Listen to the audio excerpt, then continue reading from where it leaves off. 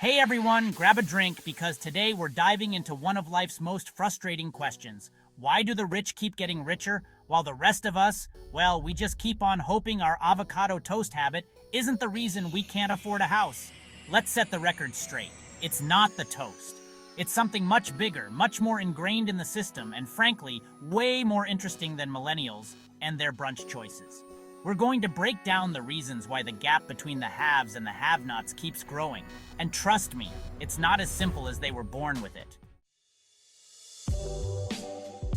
Okay, so picture this. You've got two stick figures on a whiteboard. One's holding a fat stack of cash, that's capital. The other's got a comically oversized wrench, that's labor, the rest of us working for a living.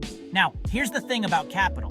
It doesn't sleep, it doesn't take vacations, it just sits there, making more money like some kind of financial wizard. Investments, real estate, stocks, they generate income even when you're asleep.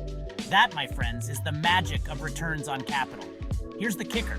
The return on capital is growing faster than the return on labor.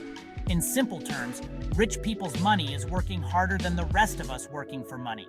Meanwhile, labor, well, it's got bills to pay. The problem is, wages, the money most of us earn from working, haven't been keeping up with the returns on capital. It's like running a race where the finish line keeps moving further away, while the rich are cruising along in the fast lane sipping champagne. And the gap just keeps getting bigger. These days you need multiple degrees and side hustles just to keep your head above water. But the rules of the game have changed. It's not just about how hard you work anymore, it's about how hard your money works for you. And that's a fundamental difference between how the wealthy think about money and how most of us do. They see it as a tool to generate more wealth, while we're often stuck in the cycle of trading our time for a paycheck. So what can we do about it? Well, first, we need to understand the forces at play. And that's what we're going to talk about in the next few chapters. Because once you understand the game, you can start playing it smarter. Cue the ominous music because here come the robots. Okay, maybe not the Terminator kind, yet, but the kind that's quietly taking over our jobs. Ever been stuck at a self-checkout, desperately trying to scan a bag of grapes while the machine judges your every move? That's automation, my friends, and it's coming for more jobs than we realize. Now, on the surface, technology seems pretty cool, right? I mean, who doesn't love a robot that can fold laundry? But here's the catch. The people who benefit most from these advancements are often those who own the companies, the technology, and the capital.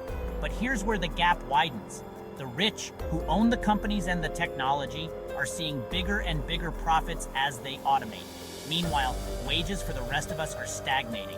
So while Jeff Bezos is figuring out how to deliver toothpaste to your door via drone in 15 minutes, your paycheck, not exactly soaring, right? Think about it. If a company can replace 10 workers with one super efficient robot, they save a ton of money on wages, benefits, and probably even coffee breaks. And those savings, they go straight to the bottom line, increasing profits, and, you guessed it, making the rich even richer. But what about the people who lost their jobs to the robots? Well, they're often left scrambling for new opportunities, often in fields that pay less or require retraining. It's a tough cycle to break. So while technology has the potential to make our lives easier, it's also exacerbating the wealth gap. And unless we find a way to ensure that everyone benefits from these advancements, we're headed towards a future where the robots are running the show and we're all just fighting for scraps.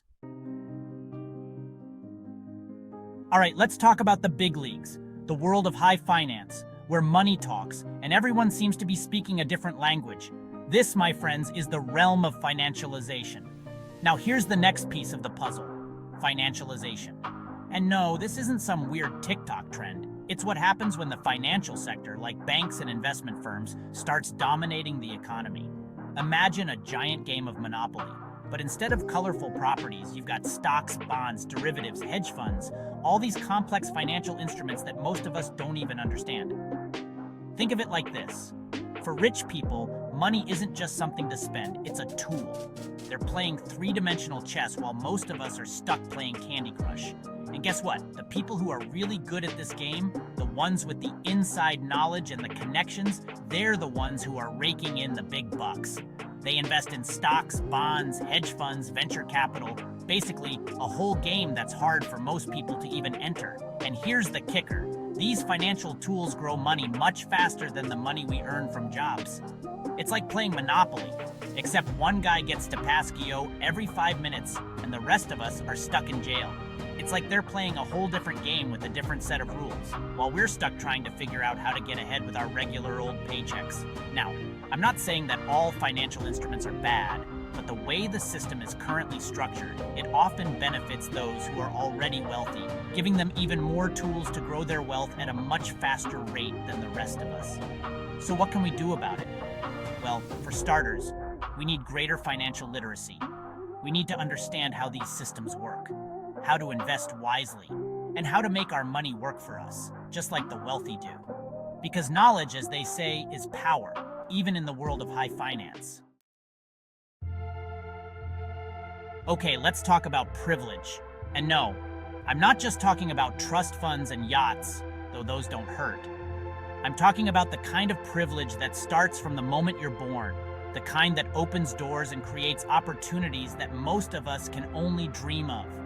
All right, let's talk about access, education, and networks. Rich people aren't just born into money.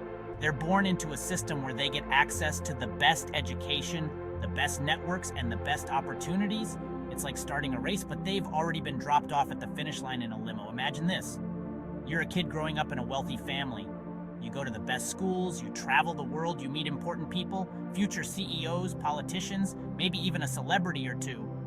Now, compare that to a kid growing up in a working class family. They might go to underfunded schools, work part-time jobs to help their families, and their network might consist of their neighbors and their friends from school. The rest of us? Well, we're over here Googling, how do I make passive income? While they're having lunch with their dad's hedge fund manager. And guess what? You didn't get an invite. It's not that one kid is inherently smarter or more deserving than the other. It's that they're born into vastly different systems with vastly different opportunities.